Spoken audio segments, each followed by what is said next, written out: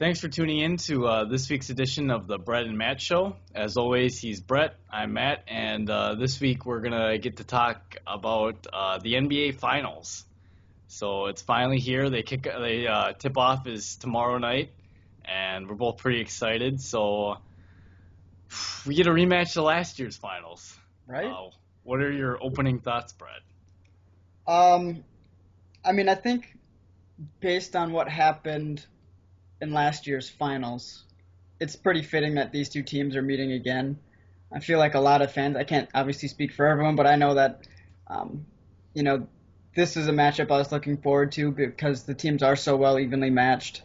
The team to finally maybe beat the Heat, who've won 11 straight series in the NBA playoffs since their last Last loss came to the Mavericks. to the Mavericks in the finals, which I think shocked me a lot that happened. Yes. But it's going to be exciting. They're very evenly matched. I don't think many people outside of maybe people here in Indiana, sorry guys, actually thought that anyone other than Miami would make it to the finals from the East, and maybe San Antonio and Oklahoma City were like the big favorites in the West. It's obvious that these are the teams we wanted and hoped for, and it's what we got. Right. Yeah, as good as last year's finals were, you kind of hit on it. The two best teams, I think, are the teams that are left. I think the Spurs are a little better with an upgrade from, they lost Gary Neal. Man, they replaced him with Marco Bellinelli. It's your boy. My boy, Marco. I would be happy to see him get a ring. Not gonna lie. But, obviously, and the Heat lost, Mike Miller. Mike Miller, yeah. He nailed some threes for them. He made a three-pointer without a shoe, if I remember. He did, yeah. He lost a shoe. My dog in the background is going bonkers about things, but he's as excited as I am. What can I say? So, with that said, give us some of your keys to victory. Well, for one, I don't think it's going to be a huge deal. He said he would have played in Game 7 had it gone there, but obviously Tony Parker's health. Yep. Patty Mills has played pretty well, but you can't not have Tony for like depth purposes. Mm-hmm. And if he's good to go, sometimes they might play Patty and Tony Parker at the same time, help spread the floor with Patty Mills' three-point shooting, extra ball handler too, so they can't just focus on guarding Tony Parker with like LeBron James or whoever they feel is their defensive stopper. So I think Parker's health is going to be pretty significant. Rashard Lewis continuing to hit his three-pointers. Yeah, he opened things up. He helped open up. I didn't see that coming. What do you have, 6? Not one Something game? like that. Yeah. 5 or 6?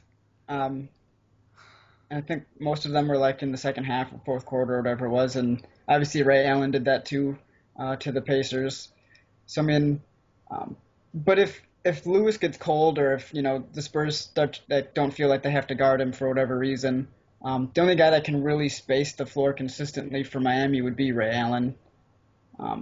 I don't really know who else they have other than Lewis that's going to... And Bosh does it. Can knock some down, but he's a shell of what he was.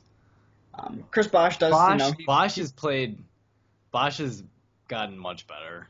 So, Dwayne Wade, believe it or not, at least against the Pacers, he knocked down, 40% of his shots? He knocked down a lot more three-pointers than his typical 29% or whatever it is. Not very good, which is why he doesn't take very many. And then it'll be just, I guess, who wins during small ball. Because I figure both teams are going to end up playing a lot of small ball. Miami kind of likes to do that anyway. Makes them a little faster and more diverse. Whereas the Spurs have typically liked to have, Splitter and Tim Duncan out on the floor at the same time. But, they had to go away from that last year. The Thunder showed that can be exposed pretty badly. Yeah, so as much as they want to, especially for defense, because there's no doubt about it that their defense just gets worse when they have to bring in another smaller guy. Mm-hmm. And Tim Duncan's left as the center. But at the same time, their offense with the smaller offense scored 113 points per 100 possessions against the Thunder. So, which is just outstanding. Easily would have been I think amongst the tops, if not tops in the league. So I mean, they can score that way. They just can't defend. So I mean, they're going to probably end up being some pretty exciting games, high scoring, something fans will enjoy. Yeah, I expect. I don't think. I'm not expecting. I mean, we saw in the Western Conference, finals. I think we saw a lot of blowouts. Pretty much the home team was blowing out the away team. I don't think we'll see that so much in this series. Like you said, I think it's going to be a close series. Um, I think it's going to come down to individual matchups, and it'll be about which coach probably makes better adjustments and how to stop who and what different lineups and all that kind of stuff.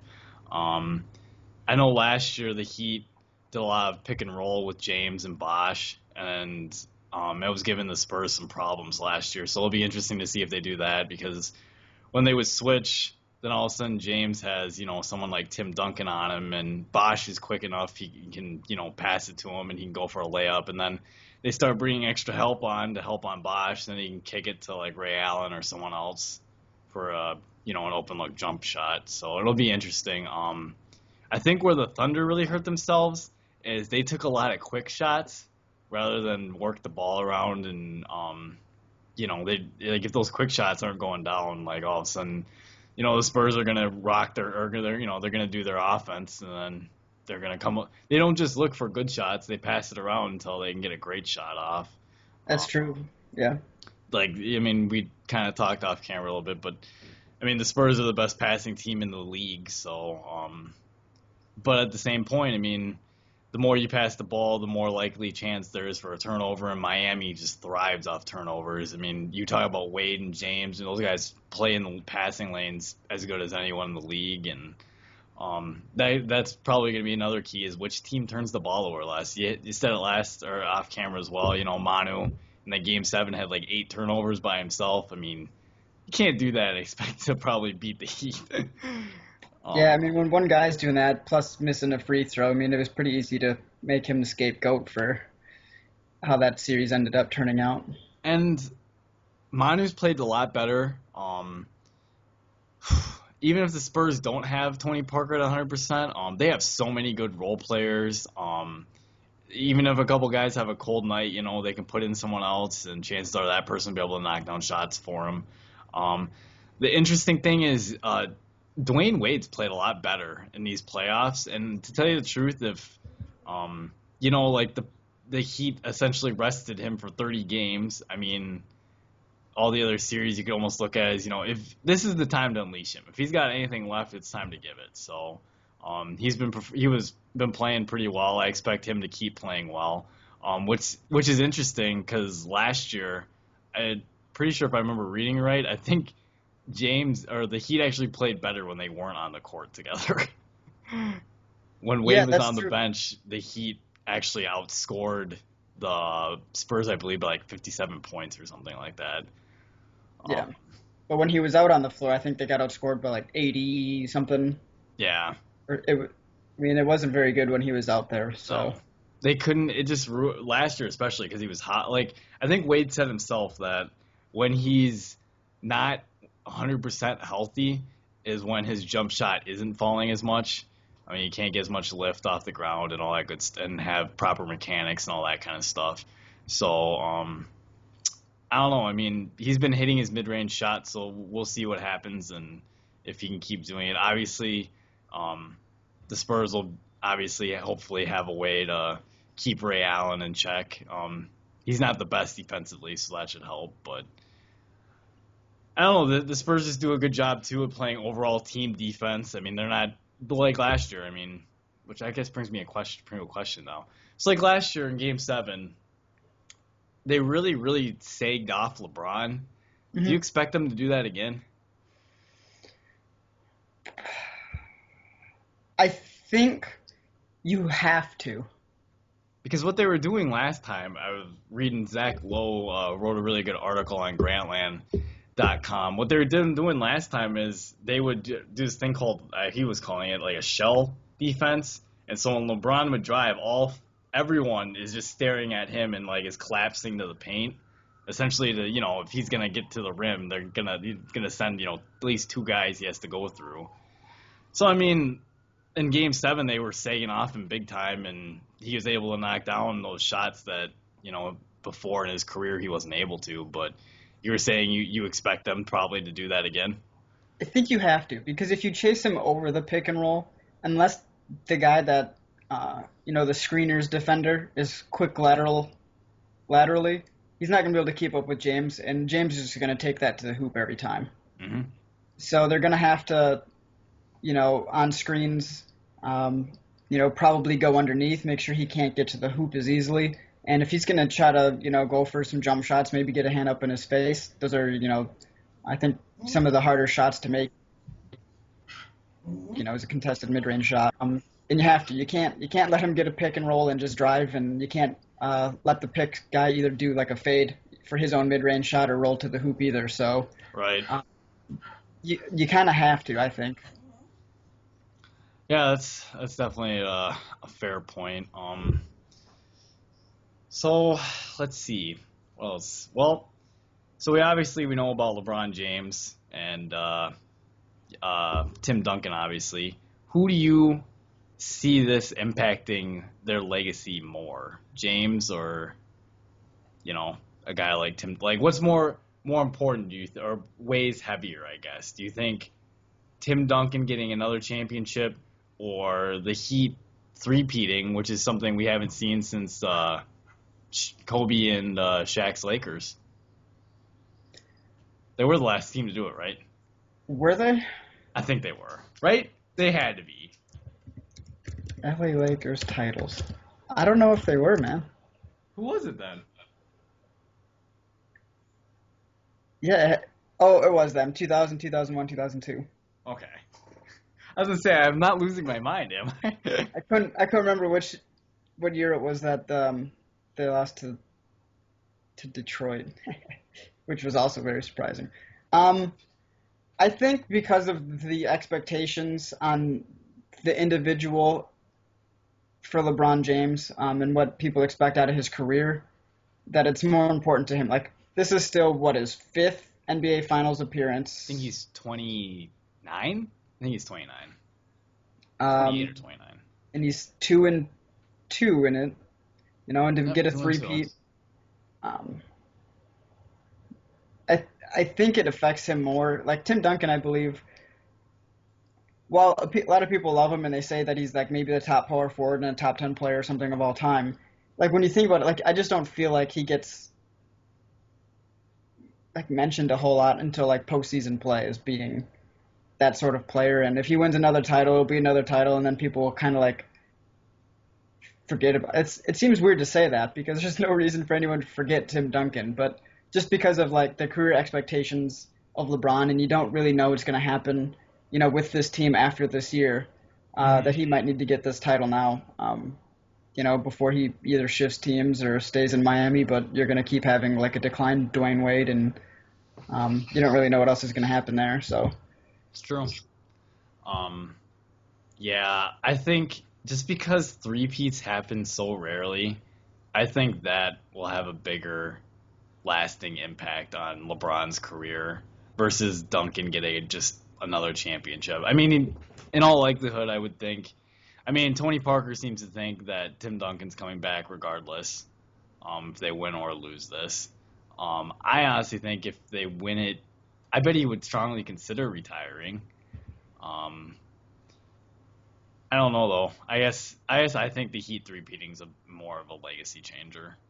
Right. Plus, Pat Riley, didn't he trademark three-peat? Now he can finally actually win one. It'll actually be a useful trademark. You have some respect. Are you making fun of Pat Riley now? You don't like Pat Riley? After 25 years of this guy not getting it, he finally can get it. Brad, he's on the Mount Rushmore of coaches. Who would you put on your Mount Rushmore, leaving him out? As coaches? Let's see, you got Phil Jackson, Arbach, whatever his name is, from the Celtics. Yep. I was gonna say, oh, gee, who was the coach of the Bulls? Oh yeah, it was Phil Jackson. Let's see. Uh, He's already on the list. Pat Riley and Popovich? Pop's got to be on there. They haven't won under what would be on pace for 50 games in like his entire coaching career True. in a season. Whereas, I mean, like that's Riley insane. won. Riley has 5 titles though, right? 4 with the Lakers and 1 with the Heat. See, but was he? He did. So he probably is on the Oh, Rushmore. oh, jeez.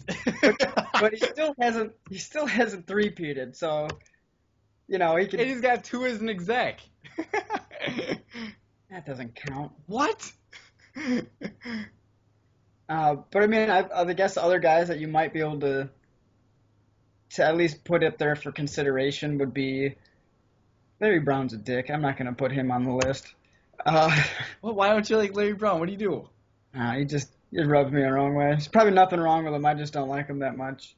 You could go with Chuck Daly, the guy that coached the Bad Boy Pistons. Oh, okay. And it sucks for this guy, Jerry Sloan, though. He Oh, won I remember that 60% guy. of games, got to the championship a couple times with the Jazz. The Jazz. Played Michael Jordan and the Bulls. I mean, sorry, Jerry, you couldn't win because of that happened to you. But maybe if they would have gotten one title, like you could just imagine how different his legacy would have been. I mean, so there's guys up there, but yeah, you're right. Pat Riley probably is one of the top 4 and one of the guys you'd have to have out there. Nice. He coached in the biggest markets. Miami, Well, that doesn't LA, make it and New York. He Well, that loves just makes media. his He job loves the easier. spotlight. Just makes his job easier. Though I guess if you're going to say anything, Phil Jackson's coached the LA Lakers and Chicago Bulls, so. And Auerbach was in Boston, but they won like 10 freaking titles or whatever it was. I don't They're remember. ridiculous. They're the best player in the league at that time. So. Fair enough. Anyways, do you think, well, with that coaching thing, do you think Pop retires if they win or lose? He's 65, I think. I think he keeps going. I mean, and I don't have any reason to say that other He's a than funny dude. right. He's hilarious. I think he's hilarious. I like. Dude, did you see? Okay, so there was this thing where when the Spurs were playing the Mavericks in round 1, Vince Carter, was making all those shots, right? And someone asked him, like, in the press conference, he's like, yeah, he's like, I had to call timeout, and he's like, I had to pass around a picture of Vince Carter to my players because I wanted to make sure we knew where he was and who he was. I was like, what? Yeah, I like him. And did you also see recently? I think it was what's the story that somebody asked Manu Ginobili after, like during some conference thing, and they were talking about Pop and what his career was like, and all he said was, "It's okay." Yeah. And that just made just a 2-word like just flat answer, and that just made Pop bust out laughing because it was a very Pop-like answer. And I don't know, I like Pop. I'd like to see him stick around too, and I think as long as Tim's there, he's definitely going to be there. He's not going to go away as long as Tim says he's coming back. Right. And I think he generally, enjoys these guys and developing. But you did mention he's up there in age, and I think it's obviously going to happen eventually and probably sooner than later. But I say he comes back regardless. I mean, I haven't heard or seen anything otherwise. Sure. That's fair. Yeah, I think he does what Duncan does. If Duncan wants to come back, I think he'll stay. Duncan wants to retire, I think he'll consider retiring. Simple as that. It's possible. I mean, that would be an interesting way too. I think he came down from the GM spot or whatever position he held up in the offices before. Was that the same year that they drafted Duncan and the guy wasn't winning, so he fired him, or maybe it was the year before, and he's the one that drafted Duncan. Could have been. So I mean, they've been together pretty much both of their entire careers, which is just unheard of. To be able to play your entire career for one organization and one coach. For Tim's pretty outstanding, and to be a coach for as long as Pop's been a coach, especially now when you get so much turnover, and free agency and guys leave, they come, they go. To win as often as San Antonio's done, Pop has done a tremendous job. Definitely. So with that said, I mean, on Miami's side, so everyone can opt out. The big three can be done in Miami if they want. So I don't know. What do you think the big three decide to do here? I think if they win, They stay together, right? they stay together. You got to go for 4. You can't just break that up after, especially after you gave a speech predicting where you're going to win 8. You can't leave. You can't. And he said he wasn't just blowing smoke. That's LeBron. Well, he probably didn't know Dwayne Wade, was crippled as an 80-year-old. So Dwayne was still in his 20s probably then. And he probably also didn't realize he wouldn't like Bosch as much. That guy's underrated. I don't know why on earth he doesn't get. I know sports analysts don't give him a lot of love, but if he were to opt out, he would get a max deal from somewhere. Probably. I mean, a guy that can be like a 4 or 5 and stand out at the 3-point and help stretch defenses, but if he still needs to attempt to play at least be a big body in the middle, well, tall body. He's not very big, but he'd probably get a deal. And it's funny too because there was an article, someone tweeted it out the other day, and they're like, LeBron James and Dwayne Wade talk about the growth of the big three, and like and how the teams come together and whatnot. Mm-hmm. And I'm like, so you're gonna have 2 of them talk about it, but like, where's Bosch? Like, why is no one talking to Chris Bosch right now about the big three? Like, nobody cares. No one ever doesn't talks want to to interview. Because they're afraid that Tyrannosaurus is gonna eat him. Maybe that's what the issue is. Right, he's a raptor. Let's get it right. It doesn't freaking matter. That guy's a dinosaur. He was perfect for the Raptors. He fit right in. He could have been. He could have been the mascot. Of the team. Yeah, what up, guys? Our mascot plays on our team. It'd be like when you could do like those old school matchups in video games where you play with the mascots, out there and have Sparty running around. Yeah, I don't know, but if they win, they're together. If they lose, do you think they're out? Do you think James leaves? Do you think Bosch leaves? Okay, I can't. Okay, there's no way. I don't see Dwayne leaving. I know that the front office at this point might not mind from just playing the court and not knowing what to expect in the future since he's been hurt and injured and not played. What did he rest? 30 games you said this year, so. I think it was like 28 or something. I'm pretty sure it was 28 to be exact or something. But they probably wouldn't mind. But I mean, they're not going to tell him, hey, you should probably opt out and test the market. Like he's another one of those guys that could, play his whole career in one place. He can play his whole career, yeah, with one team. Which is still spectacular, and I think that's a pretty big accomplishment and sign of not only you as a person, but also your organization and the stability that happens there. So I remember when he was thinking, well, it makes it easier when you got guys that are willing to come play with you. That's true. Now he probably doesn't have guys that are willing to come and play. Like if Bosch and LeBron left, well, who's he going to try to talk into coming in? And like, look at Miami. Like, they're besides those 3, like their bench is terrible. Like their bench is way worse off than like San Antonio. So I mean, it just kind of makes me wonder. Like even if they were to stay in Miami, like I don't know, like how many more cheap role players are you gonna get that can hopefully fill the roles that you're gonna need them to fill? Greg Oden, he's just celebrating, holding trophies. He's not doing anything. Beasley, what happened to Beasley? He's a talented guy that just mentally was never there, and that's the long and short of it for that guy. But was it Norris Cole's come on? He's played all right. Chalmers, no one likes him either. He's probably more hated than Bosch by a long shot.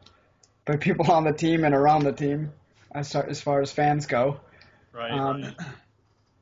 And Chris Hannon, I don't really know, and obviously Battier and Allen are done probably I this would year. think, especially if they win. And I don't know what the free agent market's like. And obviously with draft picks and everything, I don't think they even have a first round pick this year. Probably not. Uh, so I don't really know when you'll obviously be drafting guys in the late rounds. I mean, the only way you can rebuild would be through free agency, and if they stick around, it'll be hard. Um, yeah, that'll be interesting. I think if they win, they stay though. That's like a definite guarantee from me. They win, they stay. Yeah, I'm in agreement. And If they win, they stay. and if they lose, that's when it'll get interesting. Um, man, what do you think they do if they lose, man?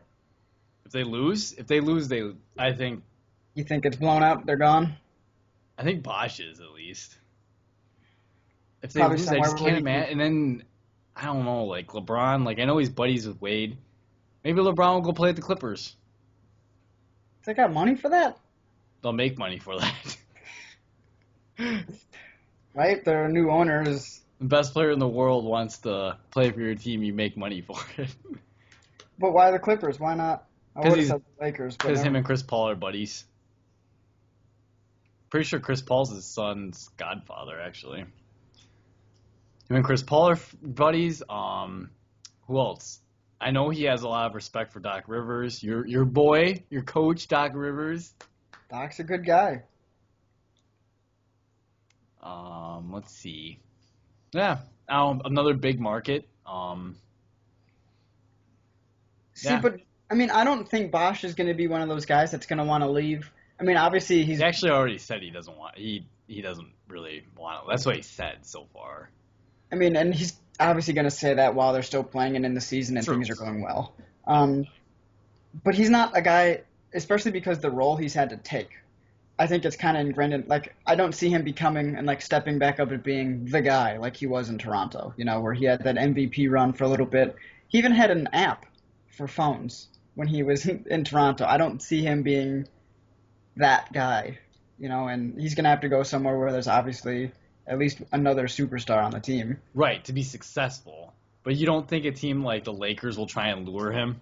Who are super desperate for a superstar right now? Bosch?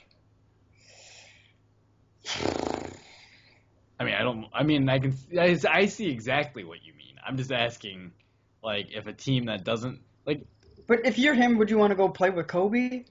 no. Kobe's just not- going to yell at him all the Not time. necessarily, but at the same time, I can make more money. True. He could also make more money staying where he's at or being in Texas where there's not any taxes, I think. Those are the two states, right? Those are two states, yep. So, Oh, you think he's going to go to... He could play the power forward position in Houston. right? He could be the stretch four. Or just give Face them the floor with him and Howard. And when Howard goes By to the the way, bench. I know this is off topic. We got to hit on it just a second. Did you see James Harden got a vote for defensive... I think he got a couple of votes, which is which is outrageous. That's ridiculous. It's All you have to do is YouTube. Go on YouTube and just Google or type in James Harden and like type in James Harden defense, and you'll get like a 10-minute clip of him playing the worst defense I've ever seen. Like just standing around, losing his guy on screens, not caring what's going on. God, he's so bad. yeah, and I think one of the guys that voted for him also didn't vote for Victor Oladipo as one of the rookies of the year. He just said that was just an egregious error. He admitted to it later being an error on his part, but I mean, obviously that guy should get his vote rescinded if he's not voting for Vic and he is voting for James Harden. You know what else is criminal? I'll tell you what else is criminal since we're touching on this little topic here. It's a little off topic, but still NBA. How is Russell Westbrook not on any of the all NBA teams? Because he was injured. What? Tony Parker's on the team and he played just as many games. Are you kidding me? I don't He know. didn't at least make third team NBA? Let's see. He played 68 games, and how many did Westbrook ended up playing? And I think a lot of people hold it against Westbrook because they think of him as being Durant's sidekick? Is that why? I think it's the other way perhaps. around personally a little bit, but that's okay. And Westbrook played, how many games did he play? Now, I'm not saying and he only played 46 games. Fine, fine, okay, fine. You're right. You win. That's But fair. is, but But if you look at the really, numbers, if you look at the numbers that he had when he was playing, I mean, there's no doubt that he's one of the best point guards in the game. what You know, about Carmelo? He was left off the list completely too. Just because you don't like him, Brett, doesn't mean he didn't put up decent numbers. right, but that's the thing. He puts up decent numbers because he gets to shoot all the time. Well, who else on the Knicks is gonna do anything? J.R. Smith also likes to shoot a lot. And then other than that, I'm not sure. Um, I mean, it's not really his fault that he doesn't have guys around. I just don't think he's a top. I would probably find 10 guys in the league I would want instead. Okay, fine. But of course, if you look at what he did in the Olympics, he's obviously a very talented guy, and guys seem to enjoy him and his ability to just shoot and make everything that he put up. It's true. Um, Anyways, so back to finals talk. With that said, it's the moment of truth. Let's. Brett Staley, what are your picks for the 2014 NBA Finals? okay, well, it's hard for me to nail down how many games it's going to happen in. It's going to be. I'm picking the Spurs. I think they are better from last year, and I think Miami's a little worse. And I also think that regardless, even if both teams were identical, I think the Spurs were good enough to win last year, obviously, until free throws happened. Free throws and offensive They still rebound. haven't figured out how to make clutch free throws, by the way. Yeah. I Yes, mean, I that's... screwed up too, so I can't say anything. The Spurs, though, are the best road team Yep. in the NBA, and they did figure out a way to win one in Oklahoma City, which obviously was very tough, and then using a lineup that they had to mix things up with, going away from what they normally do, which is exactly what the Heat is going to make them do as well. But I think that experience is good for them. I think they'll steal one in Miami at least. Wow. But which? What are you but, going with here? but which one? I can't. Say 5, Brett. Saying 5.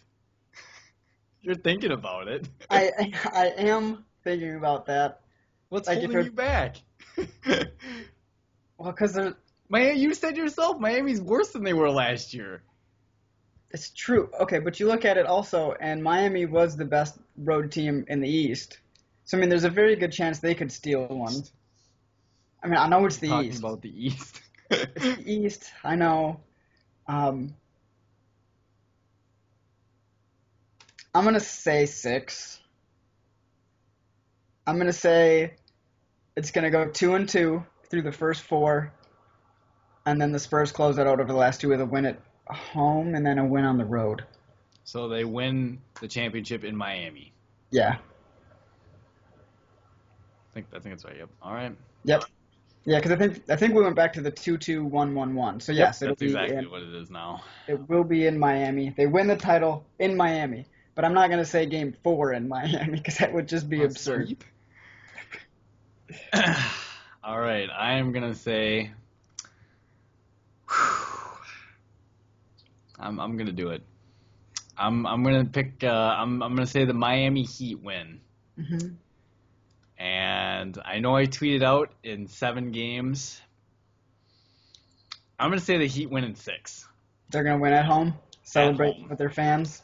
The reason I say that is because, one, I'm either going to be wrong anyways, because if it goes to a Game 7, they're not going to win in San Antonio, I don't think. So I'm going to be wrong. If I'm going to be wrong, I'm going to be wrong. If they're going to win, I think they win in 6 games, which will be very difficult. So we both went 6. We just picked different teams, I right? did. I just think there are factors. You got the I guess, best player that on the side. I just can't. I think there are factors that are going to be hard to. Like you said, Miami on paper got worse. On paper, the Spurs got better. They should probably win. They don't have the greatest player in the world, I think, on their team. So I'm expecting if the Heat are going to win, they're going to need to ride. They're going to need, an MVP caliber performance out of James for sure. And it happened last year. Like there's 1 or two random guys on Miami that are, Lewis, for example, that all of a sudden one game might come out and hit 5 threes. If they can get a couple performances like that from a couple guys, I don't know. I think they could pull it off, and I think if they can get to that advantage and get that 6 closeout game in their home building, I think they'll do it. So for that to happen, they would have needed to have won one in San Antonio, right? Yeah. Let's see, 2. Yeah. So like if they win, they'd have to win one of the 3 in San Antonio up to that point, which is doable, and then protect home and make sure the Spurs don't win any in Miami. In 3. I mean, it's not easy. This is going to be a great finals. That's all there is to it. Yeah, I'm excited. It'll be great. I think from just obviously, as we mentioned, a lot of things like legacy perspective for LeBron, but also for the Spurs organization. Right. Timmy and Pop retiring, maybe. After this year, seeing what happens with Ray Allen and Battier and those guys, there's just a lot that can go on with this, and it's going to be exciting during and after, I think. Yeah, I mean, just the magnitude from the way that, the finals ended last year, the fact we have these two teams, their cores are intact, and that's what's going head-to-head against each other. I mean, I wonder how emotions are going to be for both teams, to tell you the truth. The Spurs, from the sense, they were so close. Like, this is what they played for. They played to get to this moment to be able to take on this team. And like LeBron said, I mean, what did he say at that press conference? That they wanted us, or I think both teams are going to give it their best shot. So with that, guess we can move on to a couple other random quick topics here. A little news in the NFL that came out today. So just actually about an hour and a half ago or so, news was reported that Colin Kaepernick signed a monster contract extension with the San Francisco 49ers. $126 million 6-year deal or something like that? That's correct. $61 million guaranteed? Guaranteed. Sources are reporting that's the most ever guaranteed money. What are your thoughts, Brett? Okay, the guy has been to 3-2 NFC championship. He's 1-2. Wait, do I have that right? 1-2 in NFC championship games. He's won one and lost one, right? Because that was Alex Smith's year, right? Right. So that one doesn't count. Yeah, so he's only 1-1. 1-1. Okay. 1-1 and lost one. And 0-1 in the Super Bowl. 0-1 in the Super Bowl. Very well admitted that he might have been the reason they ended up losing. At least took responsibility for it, which is good for him. But damn, having him be the highest paid quarterback based on yearly average, I think is what some players are saying. Come on. I love it. This is great. I'm ecstatic. And there's a good reason for this as Packers fans, and why is that? Oh, because now they're going to have trouble signing all their own players later down the road because their quarterback's eating all their cap room. Just ask the Ravens how that turned out for them. That's true. You pay that money. At least the Packers, when we signed Aaron Rodgers to that big contract extension, we were smart about how we did it. I mean, maybe they structured it financially better, Kaepernick's, maybe they structured it financially good for their team, but they already seem like a team that was already going to have a lot of pieces kind of coming up these next couple of years that are going to be on free agent deals. And, they're starting to lose some of those players. So from a Packers standpoint, I'm happy. Now from the 49ers standpoint, I think it's ridiculous. That is way too much money to pay a guy who completes 50% of his passes and, 6 or 8 games he passed for 200 yards? Are you kidding me? 200 yards in today's pass-happy NFL? Come on, man. They didn't need him to do anymore. That doesn't mean they didn't ask him to do anymore. He completed half his passes. What do you mean? They tried to call plays, obviously. He's freaking skipping them in the dirt. Oh, what's that? Oh, Bolden's covered, Crabtree's covered. Oh, I'm gonna run or take a sack. It works against Green Bay. Yeah, except you know what? He was, and this is a stat from last year. He was the worst quarterback against the blitz, the worst in the league by far. And you just paid him the most money. Come on, he's getting paid like Aaron Rodgers, Drew Brees, Tom Brady, and Peyton Manning. That's ridiculous. What that is, of course. I mean, if you're Andrew Luck, RG3, Russell Wilson, you're jumping for joy right Oh now, yeah, right? you would think. I mean, those guys are all gonna get paid relatively similar. You'd think. Some could make better cases than others. I mean, RG3 is gonna have to have a good year, I think. He will. But Luck, I'm sorry. I know you don't like Luck, and I know you lived in Indianapolis, so you don't like hearing about Colts fans. I'm sorry. You know that what that guy does with the talent on that team? Come on. Well, hey, he's got a shot now. They've gotten They got Hakeem Nix. Nicks. They got Nix. They're hoping Richardson ends up learning the playbook, so he's not so hesitant. We'll see what happens there. T.Y. Hilton and Reggie Wayne, that'll be healthy, albeit Reggie Wayne, older. yeah, that was But such a big loss. um, he's got the weapons. We'll see what happens. Of course, that offensive line still isn't any good. Um, but I, I was gonna go back to an NBA question for you, Oh, shoot. and let's see. I was trying to see NBA mock draft. Okay, Oh, not correct. so I know we mentioned it before.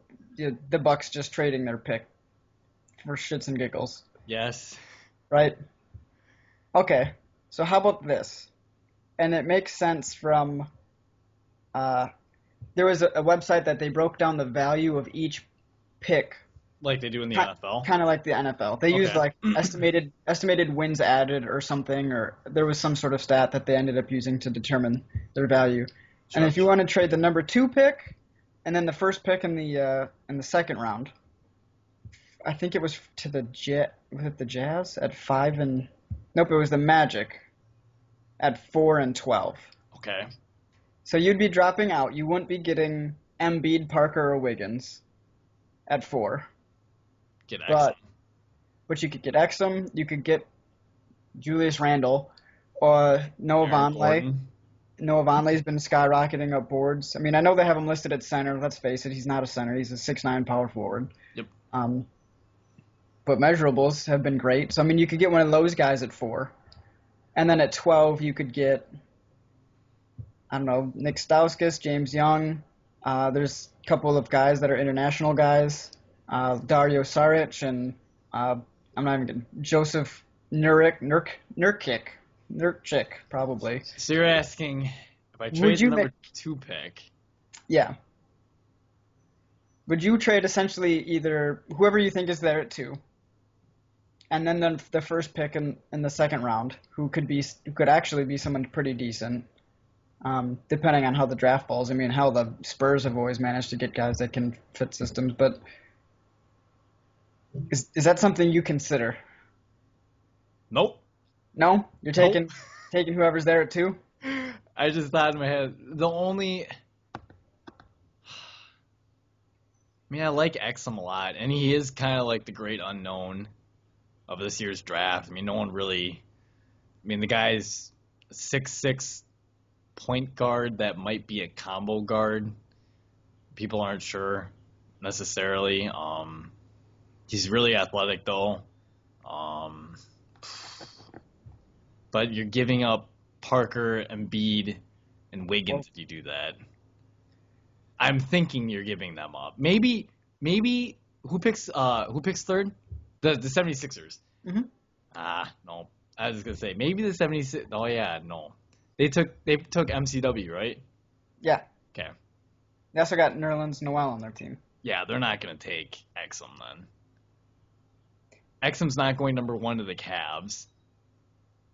And if you trade up to number 2, you're not trading up to get Exum. You're trading up to get Wiggins or Parker or Embiid. Yeah. So you're basically guaranteed at least Exum at 4. Right. Who, if he's like a point guard shooting guard combo for the Bucks, you can move Brendan Knight. They can both kind of play that point guard shooting guard thing. It'll be nice to have two ball handlers and two shooters. I mean, Exum still has to work on his shooting, but Knight can obviously score. Yeah. And that would give, Giannis would be a 3 or a 4, depending on a big or small lineup. And then if you went at 12 and got like a small forward type of player, like maybe James Young. I mean, there's a lot of, it's hard though, because obviously with Giannis being kind of one of our guys, or at least who we think will be one of our guys, having a big role, kind of hard to pick like another shooting guard, small forward type like James Young. Right. You don't want to hinder his minutes. But if one of the foreign, like the two guys that are international players are a power forward and a center. I mean, if they're there at 12, now they might not be, and you gotta hope for it. Right? Getting two players versus one who has the higher potential. I think I want the one that has a higher potential. The Bucks need it. I mean, I know we need talent, obviously, and getting 2 picks over 1 would be nice, but to be honest, we really need to hit on someone that is a potential, star. And also think with new ownership coming in, they're going to want to at least get a guy who, as you said, star powered, but that'll get some butts in the seats, I think. Help them. At the very least, they seem pretty. I don't know. It'd be interesting to see how they run the team. I think they seem like they already said they want to get more merchandise and stuff like that. So I mean, that's obviously relying on someone being a star. So gotta sell jerseys, stuff like that. If you want to sell shirts and stuff, yeah, you're right. Gotta have someone you can market. So whether that be Parker, whether it be Wiggins or Embiid, I was actually thinking more along the lines. I think last week you asked who I'd rather have, just because Parker can already score. He's probably had the best offensive game out of those 3, actually, the top 3 guys, counting him.